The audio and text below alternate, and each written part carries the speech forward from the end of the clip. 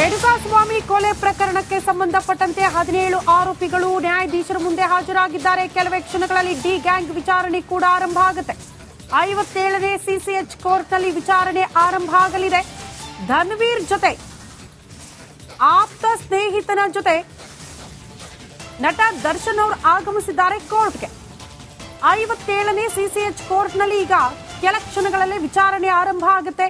ಕಾರಣ ನ್ಯಾಯಾಧೀಶರ ಆಗಮಿಸಿದ್ದಾರೆ, ವಕೀಲರ ಆಗಮನವಾಗಿದೆ, 17 ಆರೋಪಿಗಳ ಆಗಮನವಾಗಿರೋದ್ರಿಂದ ಕೆಲವೇ ಕ್ಷಣಗಳಲ್ಲಿ ವಿಚಾರಣೆ ಆರಂಭ ಆಗುತ್ತೆ. ಕೋರ್ಟ್ಗೆ ದರ್ಶನ್ ಆಗಮಿಸಿರುವ ಎಕ್ಸ್ಕ್ಲೂಸಿವ್ ದೃಶ್ಯಗಳನ್ನ ನೋಡ್ತಾ ಇದ್ದೀರಿ. ಧನ್ವೀರ್ ಆಪ್ತ ಸ್ನೇಹಿತ ಅವರ ಜೊತೆಗೆ ದರ್ಶನ್ ಅವರು ಆಗಮಿಸಿದ್ದಾರೆ ಕೋರ್ಟ್ಗೆ. ಅದರ ಎಕ್ಸ್ಕ್ಲೂಸಿವ್ ದೃಶ್ಯವನ್ನ ಗಮನಿಸ್ತಾ ಇದ್ದೀರಿ. ಫೆಬ್ರವರಿ 25ಕ್ಕೆ ವಿಚಾರಣೆ ಮುಂದೂಡಿಕೆ ಅನ್ನೋದ್ರ ಡೀಟೇಲ್ ಸಿಗ್ತಾ ಇದೆ. ಫೆಬ್ರವರಿ 25ಕ್ಕೆ ವಿಚಾರಣೆ ಮುಂದೂಡಿಕೆ. ಅಲ್ಲಿಗೆ ಫೆಬ್ರವರಿ 25ರ ತನಕ ಮತ್ತೆ ನಿರಾಳ ಡಿ ಗ್ಯಾಂಗ್. ಒಂದ್ ನೆನ್ಪು ಮಾಡ್ಕೊಳ್ಳಿ, ಚಿತ್ರದುರ್ಗದ ರೇಣುಕಾಸ್ವಾಮಿ ಕೊಲೆ ಪ್ರಕರಣಕ್ಕೆ ಸಂಬಂಧಪಟ್ಟಂತೆ ಜೈಲು ವಾಸ ಅನುಭವಿಸಿ ನಂತರ ರೆಗ್ಯುಲರ್ ಬೇಲ್ ಮೇಲೆ ಆಚೆ ಬಂದಿದ್ದಾರೆ. ರೆಗ್ಯುಲರ್ ಬೇಲ್ ಸಿಕ್ಕಾಗ್ಲೇ ಹೇಳಿದ್ವಿ, ಇದು ತಾತ್ಕಾಲಿಕ ರಿಲೀಫ್ ಅಷ್ಟೇ, ಈ ಕೇಸಿಂದ ಅವರು ಖುಲಾಸೆ ಅಂತ ಅಲ್ಲ. ಹಾಗಾಗಿ ಈ ಕೇಸ್ಗೆ ಸಂಬಂಧಪಟ್ಟಂತೆ ಇನ್ನು ಮೇಲಿಂದ ಟ್ರಯಲ್ ಶುರುವಾಗುತ್ತೆ. ಅದು ಈಗ ಫೆಬ್ರವರಿ 25ಕ್ಕೆ ವಿಚಾರಣೆ ಮುಂದೂಡಿದ್ದಾರೆ ನ್ಯಾಯಾಧೀಶರು ಅನ್ನೋದ್ರ ಡೀಟೇಲ್ ಸಿಗ್ತಾ ಇದೆ.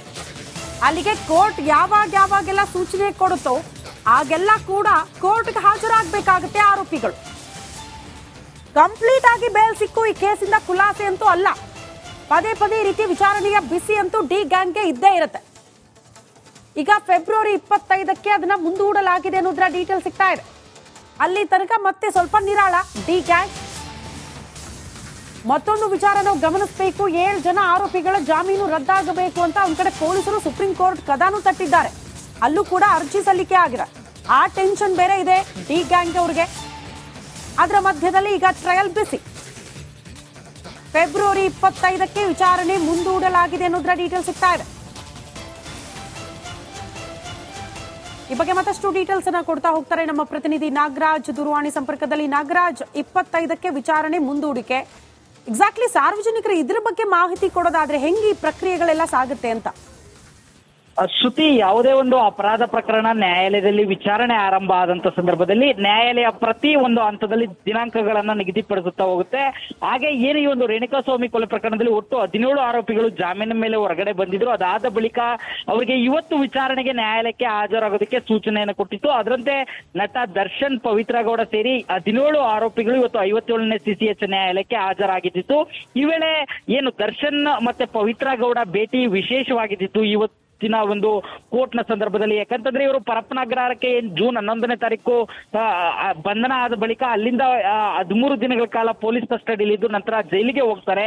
ಅದಾದ ಬಳಿಕ ಎಲ್ಲೂ ಸಹ ಭೇಟಿ ಆಗಿರ್ಲಿಲ್ಲ. ಇದಾದ ಬಳಿಕ ಇವತ್ತು ಏನು ಕೋರ್ಟ್ಗೆ ಬಂದಿದ್ದು, ಕೋರ್ಟ್ ಹಾಲ್ನೊಳಗಡೆ ದರ್ಶನ್ ಬರ್ತಾ ಇದ್ದಂಗೆ ಪವಿತ್ರ ಗೌಡ ಕಣ್ಣೀರ್ ಹಾಕುವಂಥದ್ದು ತುಂಬಾ ಭಾವುಕರಾಗಿ ಕಾಣ್ತಾರೆ. ಪವಿತ್ರ ಗೌಡ ಬಳಿ ಹೋಗುವಂತ ದರ್ಶನ್ ಭುಜ ತಟ್ಟಿ ಪವಿತ್ರ ಗೌಡಗಳನ್ನ ಸಂತೈಸುವಂಥದ್ದು. ಅದಾದ ಬಳಿಕ ಆರೋಪಿಗಳ ಎಲ್ಲರ ಹೆಸರನ್ನ ಒಬ್ಬೊಬ್ಬರಾಗಿ ಹೆಸರುಗಳನ್ನ ಕರೆಯುವಂತ ನ್ಯಾಯಾಧೀಶರು ಎಲ್ಲಾ ಆರೋಪಿಗಳು ಆಗಿದ್ದಾರೆ ಅನ್ನೋದನ್ನ ಖಚಿತಪಡಿಸಿಕೊಂಡ ಬಳಿಕ ವಿಚಾರಣೆಯನ್ನ ಫೆಬ್ರವರಿ 25ಕ್ಕೆ ಮುಂದೂಡಿರ್ತಕ್ಕಂಥದ್ದು. ಜೊತೆಗೆ SPP ಪ್ರಸನ್ನ ಕುಮಾರ್ ಪರವಾಗಿ ಅವರ ಜೂನಿಯರ್ ವಕೀಲ ಸಚಿನ್ ಹಾಜರಾಗಿದ್ರು. ಜೊತೆಗೆ ಏನ್ ಫೆಬ್ರವರಿ 25ನೇ ತಾರೀಕು ಸಹ ಇದೇ 17 ಜನ ಆರೋಪಿಗಳು ಇದೇ ಕೋರ್ಟ್ಗೆ ಹಾಜರಾಗಬೇಕಂತೇಳಿ ಸೂಚನೆಯನ್ನ ಕೊಟ್ಟಿರ್ತಕ್ಕಂಥದ್ದು. ಅಲ್ಲದೆ ಹೈಕೋರ್ಟ್ ಏನು 7 ಜನ ಆರೋಪಿಗಳಿಗೆ ಜಾಮೀನು ಮಂಜೂರು ಮಾಡಬೇಕಾದ್ರೆ ಒಂದು ಷರತ್ತನ್ನ ವಿಧಿಸಿದೆ, ಕಡ್ಡಾಯವಾಗಿ ಸೆಷನ್ಸ್ ಕೋರ್ಟ್ ನ ಒಂದು ಟ್ರಯಲ್ ಕೋರ್ಟ್ ನ ವಿಚಾರಣೆಗೆ ಹಾಜರಾಗಬೇಕು ಅಂತೇಳಿ. ಅದರಂತೆ ಎಲ್ಲಾ ಆರೋಪಿಗಳು ಫೆಬ್ರವರಿ 25ನೇ ತಾರೀಕು ಕೋರ್ಟ್ ನಲ್ಲಿ ಮತ್ತೆ ನ್ಯಾಯಾಧೀಶರ ಎದುರು ಹಾಜರಾಗುವಂತದ್ದು. ಸದ್ಯ ಈ ಒಂದು ಪ್ರಕರಣದಲ್ಲಿ 15 ಮತ್ತೆ 17 ಆರೋಪಿಗಳು ಇನ್ನು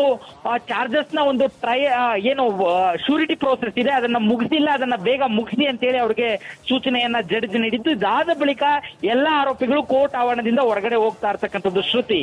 ಓಕೆ ನಾಗರಾಜ್, ಧನ್ಯವಾದಗಳು ತಮ್ಮೆಲ್ಲ ಮಾಹಿತಿಗೆ.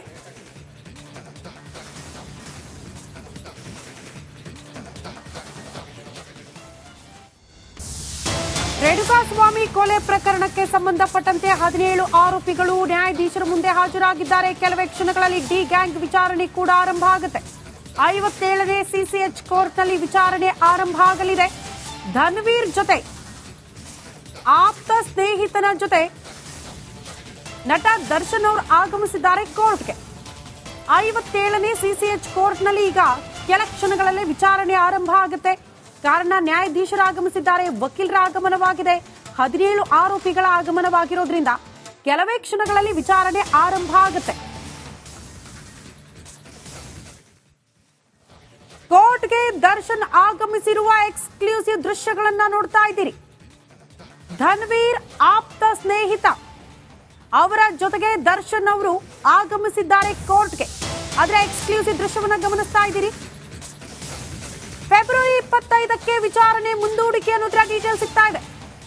ಫೆಬ್ರವರಿ 25ಕ್ಕೆ ವಿಚಾರಣೆ ಮುಂದೂಡಿಕೆ.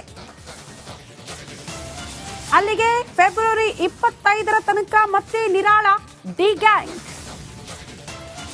ಒಂದ್ ನೆನ್ಪು ಮಾಡ್ಕೊಳ್ಳಿ, ಚಿತ್ರದುರ್ಗದ ರೇಣುಕಾ ಸ್ವಾಮಿ ಕೊಲೆ ಪ್ರಕರಣಕ್ಕೆ ಸಂಬಂಧಪಟ್ಟಂತೆ ಜೈಲು ವಾಸ ಅನುಭವಿಸಿ ನಂತರ ರೆಗ್ಯುಲರ್ ಬೇಲ್ ಮೇಲೆ ಆಚೆ ಬಂದಿದ್ದಾರೆ. ರೆಗ್ಯುಲರ್ ಬೇಲ್ ಸಿಕ್ಕಾಗ್ಲೇ ಹೇಳಿದ್ವಿ, ಇದು ತಾತ್ಕಾಲಿಕ ರಿಲೀಫ್ ಅಷ್ಟೇ, ಈ ಕೇಸಿಂದ ಅವರು ಖುಲಾಸೆ ಅಂತ ಅಲ್ಲ.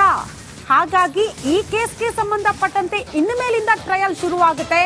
ಅದು ಈಗ ಫೆಬ್ರವರಿ 25ಕ್ಕೆ ವಿಚಾರಣೆ ಮುಂದೂಡಿದ್ದಾರೆ ನ್ಯಾಯಾಧೀಶರು ಅನ್ನೋದ್ರ ಡೀಟೇಲ್ ಸಿಗ್ತಾ ಇದೆ. ಅಲ್ಲಿಗೆ ಕೋರ್ಟ್ ಯಾವಾಗೆಲ್ಲ ಸೂಚನೆ ಕೊಡುತ್ತೋ ಆಗೆಲ್ಲ ಕೂಡ ಕೋರ್ಟ್ಗೆ ಹಾಜರಾಗಬೇಕಾಗುತ್ತೆ ಆರೋಪಿಗಳು. ಕಂಪ್ಲೀಟ್ ಆಗಿ ಬೇಲ್ ಸಿಕ್ಕು ಈ ಕೇಸಿಂದ ಖುಲಾಸೆ ಅಂತೂ ಅಲ್ಲ.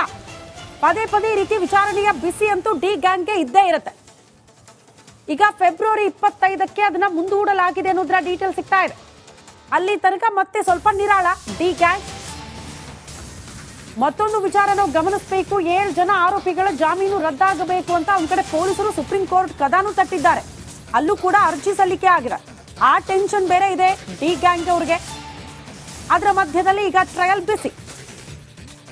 ಫೆಬ್ರವರಿ 25ಕ್ಕೆ ವಿಚಾರಣೆ ಮುಂದೂಡಲಾಗಿದೆ ಅನ್ನೋದ್ರ ಡೀಟೇಲ್ ಸಿಗ್ತಾ ಇದೆ. ಈ ಬಗ್ಗೆ ಮತ್ತಷ್ಟು ಡೀಟೇಲ್ಸ್ ಅನ್ನ ಕೊಡ್ತಾ ಹೋಗ್ತಾರೆ ನಮ್ಮ ಪ್ರತಿನಿಧಿ ನಾಗರಾಜ್ ದೂರವಾಣಿ ಸಂಪರ್ಕದಲ್ಲಿ. ನಾಗರಾಜ್, 25ಕ್ಕೆ ವಿಚಾರಣೆ ಮುಂದೂಡಿಕೆ, ಎಕ್ಸಾಕ್ಟ್ಲಿ ಸಾರ್ವಜನಿಕರು ಇದ್ರ ಬಗ್ಗೆ ಮಾಹಿತಿ ಕೊಡೋದಾದ್ರೆ ಹೆಂಗೆ ಈ ಪ್ರಕ್ರಿಯೆಗಳೆಲ್ಲ ಸಾಗುತ್ತೆ ಅಂತ?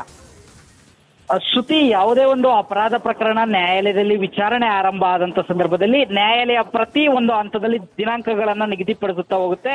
ಹಾಗೆ ಏನು ಈ ಒಂದು ರೇಣುಕಾಸ್ವಾಮಿ ಕೊಲೆ ಪ್ರಕರಣದಲ್ಲಿ ಒಟ್ಟು 17 ಆರೋಪಿಗಳು ಜಾಮೀನಿನ ಮೇಲೆ ಹೊರಗಡೆ ಬಂದಿದ್ರು. ಅದಾದ ಬಳಿಕ ಅವರಿಗೆ ಇವತ್ತು ವಿಚಾರಣೆಗೆ ನ್ಯಾಯಾಲಯಕ್ಕೆ ಹಾಜರಾಗೋದಕ್ಕೆ ಸೂಚನೆಯನ್ನು ಕೊಟ್ಟಿತ್ತು. ಅದರಂತೆ ನಟ ದರ್ಶನ್, ಪವಿತ್ರ ಗೌಡ ಸೇರಿ 17 ಆರೋಪಿಗಳು ಇವತ್ತು 57ನೇ ಸಿಸಿಎಚ್ ನ್ಯಾಯಾಲಯಕ್ಕೆ ಹಾಜರಾಗಿದ್ದಿತ್ತು. ಈ ವೇಳೆ ಏನು ದರ್ಶನ್ ಮತ್ತೆ ಪವಿತ್ರ ಗೌಡ ಭೇಟಿ ವಿಶೇಷವಾಗಿದ್ದಿತ್ತು ಇವತ್ತು ಒಂದು ಕೋರ್ಟ್ ನ ಸಂದರ್ಭದಲ್ಲಿ. ಯಾಕಂತಂದ್ರೆ ಇವರು ಪರಪ್ಪನಗರಕ್ಕೆ ಜೂನ್ 11ನೇ ತಾರೀಕು ಬಂಧನ ಆದ ಬಳಿಕ ಅಲ್ಲಿಂದ 13 ದಿನಗಳ ಕಾಲ ಪೊಲೀಸ್ ಕಸ್ಟಡಿಯಲ್ಲಿ ಇದ್ದು ನಂತರ ಜೈಲಿಗೆ ಹೋಗ್ತಾರೆ.